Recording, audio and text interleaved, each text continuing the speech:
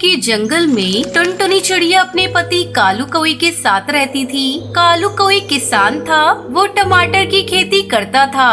एक दिन टुनटुनी अपने पति के लिए भोजन लेकर खेत पर आई। ओ रानी के बापू, मैं आपके लिए भोजन लेकर आई हूँ, जल्दी से आकर खा लो, नहीं तो भोजन ठंडा हो जाएगा।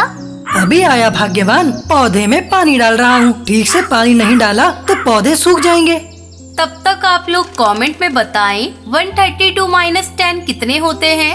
थोड़ी देर बाद कालू कौवा पौधे में पानी डालकर आता है और भोजन करने लगता है। तभी एक व्यापारी उसके खेत पर टमाटर खरीदने आता है। कालू भोजन करके व्यापारी को टमाटर देता है। ये क्या साहब, ये पैसे तो बहुत कम है। साहब, इतने कम रुपए में तो मेरी लागत भी नहीं आएगी। भाई, मैं तो तुम्हें इतने ही पैसे दूंगा। अगर तुम्हें ज्यादा पैसे चाहिए तो तुम दूसरे व्यापारी को अपने टमाटर बेच दो। ठीक है साहब, आप जो दाम देंगे मुझे मंजूर है। व्यापारी टमाटर लेकर वहाँ से चला जाता है। कालू को वो सारे पैसे टुनटुनी चिड़िया को दे देता है।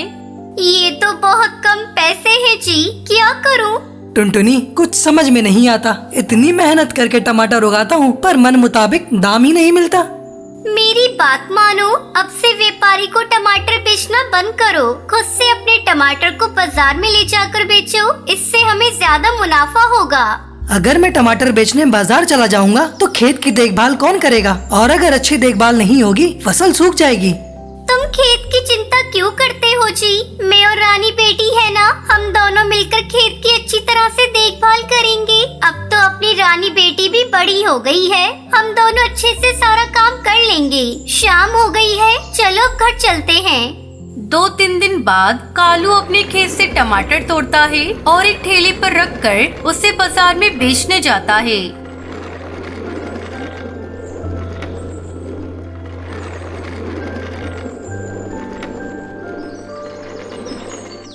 ए, टमाटर ले लो, टमाटर, ताजे ताजे टमाटर, लाल लाल टमाटर ले लो। भैया, एक टमाटर कितने का दे रहे हो? दीदी, बाजार भाव दूंगा, 5 रुपए की एक टमाटर है। अरे, ये टमाटर तो बहुत ही सस्ती दे रहा है, लेकिन बाजार में तो एक टमाटर 10 रुपए का मिल रहा है। ऐसा करती हूँ, मैं इसी से 2-4 टमाटर खरीद लेती हूँ। भैया, मुझे 4 टमाटर दे दो और ये लो 20 रुपए। शाम होते होते कालू के सारे टमाटर बिक जाते हैं। आज उसे टमाटर की अच्छी कीमत मिली थी। वो घर आता है और अपनी बेटी को अपने पास बुलाता है। रानी, देख मैं तेरे लिए क्या लेकर आया हूँ। तुझे जलेबियाँ बहुत पसंद है ना, ले इसे खा। लगता है आज अच्छी बिक्री हुई है टमाटर की। इस तरह समय गुजरने लगता है और कालू की टमाटर की डिमांड बढ़ने लगती है। माँ, पापा से कहो ना, अपनी टमाटर की पैदावार बढ़ाने के लिए बाजार से ऑर्गेनिक खाद खरीद कर लाएं। इससे हमारी फसल ज्यादा होगी और हमें मुनाफा भी ज्यादा होगा। टुनटुनी चिड़िया ये बात कालू कौवे को बताती है। अगले दिन कालू कौवा बाजार से एक दवा खरीद कर लाता है। ये लो रानी की माँ, इसे पानी में मिलाकर पौधों में डाल देना, लेकिन याद रखना बस 2 चम्मच ही डालना। अगर ज्यादा डाला तो सारे पौधे नष्ट हो जाएंगे। टुनटुनी चिड़िया पानी में दवा को मिलाकर टमाटर के सभी पौधों में डाल देती है। अगले दिन कालू कौवा देखता है कि टमाटर काफी बड़े और लाल हो गए थे। वो जल्दी जल्दी सारे टमाटर तोड़कर उन्हें बाजार में बेच देता है। अब कालू कौवा टमाटर का एक बड़ा व्यापारी बन गया था। वो बड़ी बड़ी गाड़ियों में भरकर अपने खेतों की टमाटर शहर की मंडी में पहुंचाने लगा। इस तरह कालू कौवा टुनटुनी चिड़िया टमाटर की फसल बेचकर खुशी खुशी रहने लगते हैं। माँ जी, कुछ तो बोलिए। माँ जी, आप इतनी जल्दी हमें छोड़कर नहीं जा सकती।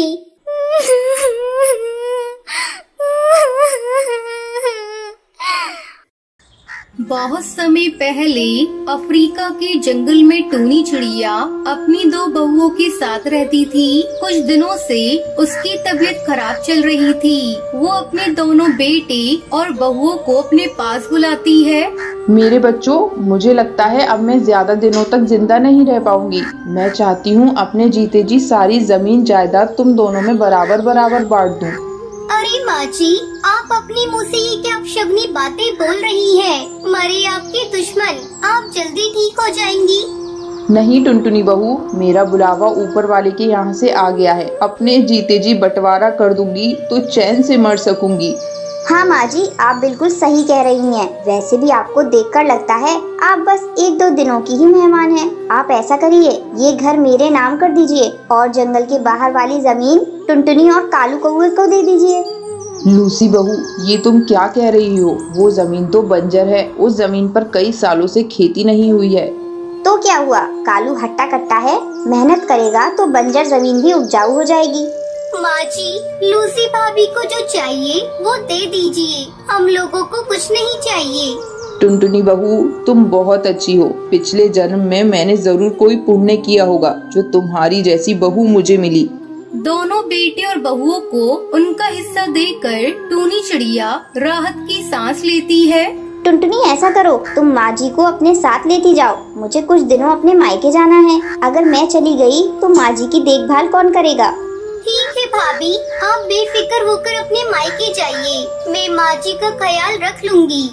कालू कौआ अपनी माँ और पत्नी के साथ एक छोटा सा घोंसला बनाकर रहने लगता है।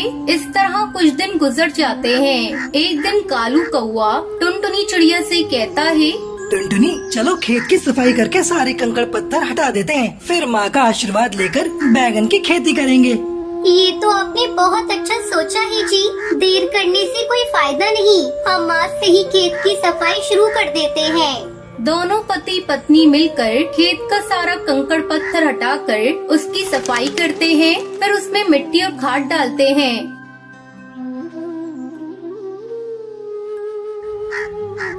सुनिए जी, शाम हो गई है, अब बचा हुआ काम कल करिएगा। कालू टुनटुनी चिड़िया के साथ घर आता है। माँ जी कुछ तो बोलिए। माँ जी, आप इतनी जल्दी हमें छोड़कर नहीं जा सकती।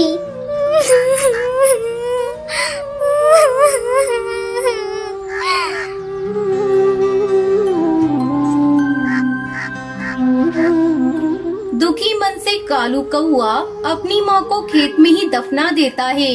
माँ, अपना आशीर्वाद सदा हम पर बनाए रखना।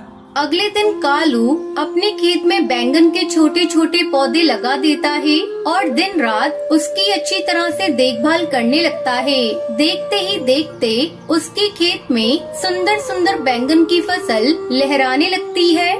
देख रही हो जी, अपने खेत में बैंगन कितने सुंदर लग रहे हैं। फसल इतनी अच्छी आई है कि विश्वास ही नहीं हो रहा है कि ये खेत बंजर था। आपने बहुत मेहनत की है। आज माँ जी जिंदा होती तो इस फसल को देखकर बहुत खुश होती। कालू को वो अपने खेत से बैंगन तोड़कर शहर की मंडी में बेच देता और पैसे लाकर टुनटुनी को दे देता है। टुनटुनी चिड़िया, इन पैसों को ले जाकर एक बक्से में रख दो। मैंने एक जमीन के बारे में बात की है, जल्द ही मैं उस जमीन को खरीद लूंगा।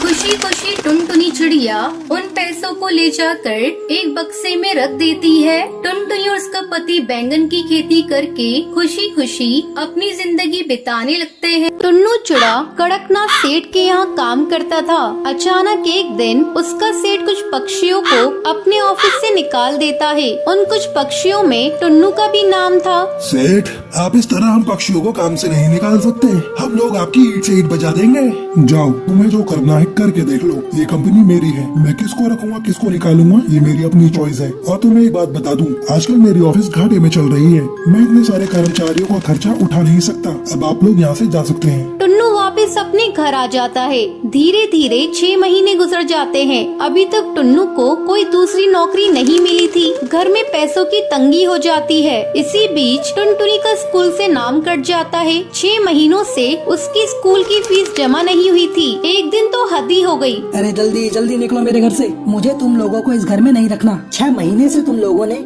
इस घर का एक किराया नहीं दिया है। अब जल्दी से पैसे मेरे हाथ में रखो, नहीं तो मेरे घर से अभी निकल जाओ। अरे ओ रिक्की, जल्दी से इनका सामान निकाल के घर से बाहर फेंक दे। रिक्की घर का सामान बाहर फेंकने लगता है।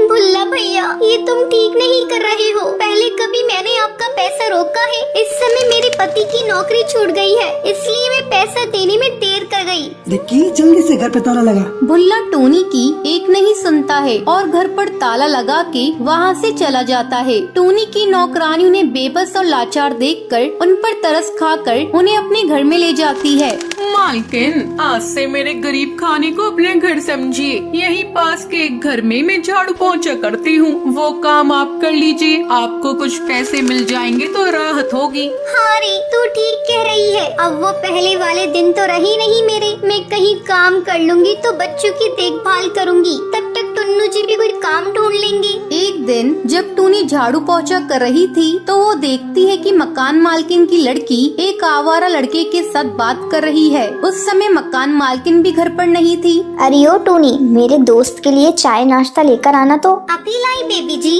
जब वो लड़का चला जाता है, बेबी जी, आप जानती हैं ये लड़का बहुत आवारा है, आप इससे मत मिला जुला कीजिए। खबरदार जो तुम मेरे मामले में बोली तो, और हाँ, इस बात को मेरी मम्मी को मत बताना, नहीं तो तुम्हारी खैर नहीं। जब शाम को टूनी की मालकिन घर आती है तो बुलबुल टूनी की शिकायत उससे कर देती है। टूनी की मालकिन बिना कुछ सोचे समझे उसे घर से निकाल देती है। तब टूनी टुन्नू से कहती है, सुनो जी, मैं सोच रही हूँ क्यों न ठेले पर ये ढाबा खोल लिया जाए, लेकिन सोच रही हूँ इसके लिए पैसे कहाँ से लाऊं। टूनी, तुम चिंता मत करो, मैंने अपना हवाई मोटर गिरवी रखा था, मैं आज ही उसे जाकर बेच आता हूँ और तुम उस पैसों को लाकर ढाबा खोल लेना। हाँ जी, अगर भगवान ने चाहा तो अपने बुरे दिन जल्दी ही गुजर जाएंगे। आप जल्दी जाइए और जल्दी से पैसे लेकर आइए। टुन्नू अपना हवाई मोटर बेच देता है और उन पैसों से टूनी अपना ढाबा खोल लेती है। टूनी, तुम्हारे हाथ के बने कड़ी और चावल बहुत ही स्वादिष्ट है। आज तक मैंने ऐसे कड़ी और चावल कहीं नहीं खाए। हाँ हाँ बहन, तुम बिल्कुल सही कह रही हो और दाम भी बहुत कम है। धीरे धीरे टूनी के ढाबे पर भीड़ लगने लगती है। टूनी इतनी दयालु थी कि वो गरीबों को मुफ्त में खाना खिलाती थी। टूनी की अच्छी कमाई हो रही थी। एक दिन टूनी ढाबे का सामान लेने बाजार जा रही थी, तभी वो देखती है, अरे ये गुंडा मवाली तो मालकिन की बेटी से जबरदस्ती कर रहा है। मैं कैसे मालकिन की बेटी को इससे बचाऊं? टुन्नू को यहाँ फोन करके बुलाती हूँ। टूनी टुन्नू को फोन करके बुलाती है। क्या हुआ टूनी, तुम घबराई हुई क्यों? टुन्नू जी, आप ढाबे के पास पीपल वाली पेड़ पर आ जाइए। वहाँ एक गुंडा मालकिन की बेटी से बदतमीजी कर रहा है। साथ में 2-4 पुलिस वालों को लेते आइएगा। टूनी, तुम घबराओ मत, मैं अभी आया। टुन्नू जल्दी इंस्पेक्टर को लेकर वहाँ पहुँच जाता है। इंस्पेक्टर साहब, जल्दी से इस गुंडे को गिरफ्तार कर लीजिए। इंस्पेक्टर जल्दी से उस कालू बदमाश को गिरफ्तार कर लेता है। तब बुलबुल, टूनी बहन, मुझे माफ कर दे, मैंने तेरे साथ बहुत बुरा किया था। इतनी देर में बुलबुल की माँ भी वहाँ पहुँच जाती है। टूनी, आज तूने मेरी बेटी को बचाकर बहुत बड़ा उपकार किया है मेरे ऊपर। मैं भी तुम्हारे ऊपर एक उपकार करना चाहती हूँ। मैं अपना कुछ पैसा तुम्हारे ढाबे में लगाना चाहती हूँ। अब तुम एक ढाबे की जगह एक बड़ा होटल खोल लो। टूनी, ना मत कहना, मुझे बड़ी खुशी होगी। मालकिन, आज आपकी वजह से मेरा सपना साकार हुआ है। इस होटल का उद्घाटन आप ही करेंगी। हाँ हाँ टूनी, क्यों नहीं। तुम जैसे नेक और भली चिड़िया की मदद करके मुझे बहुत बड़ी खुशी मिली। अब बिना समय गवाए होटल का उद्घाटन करते हैं। टूनी के अब गरीबी के दिन कट चुके थे। अब वो हंसी खुशी अपने परिवार के साथ जीवन बिताने लगी थी।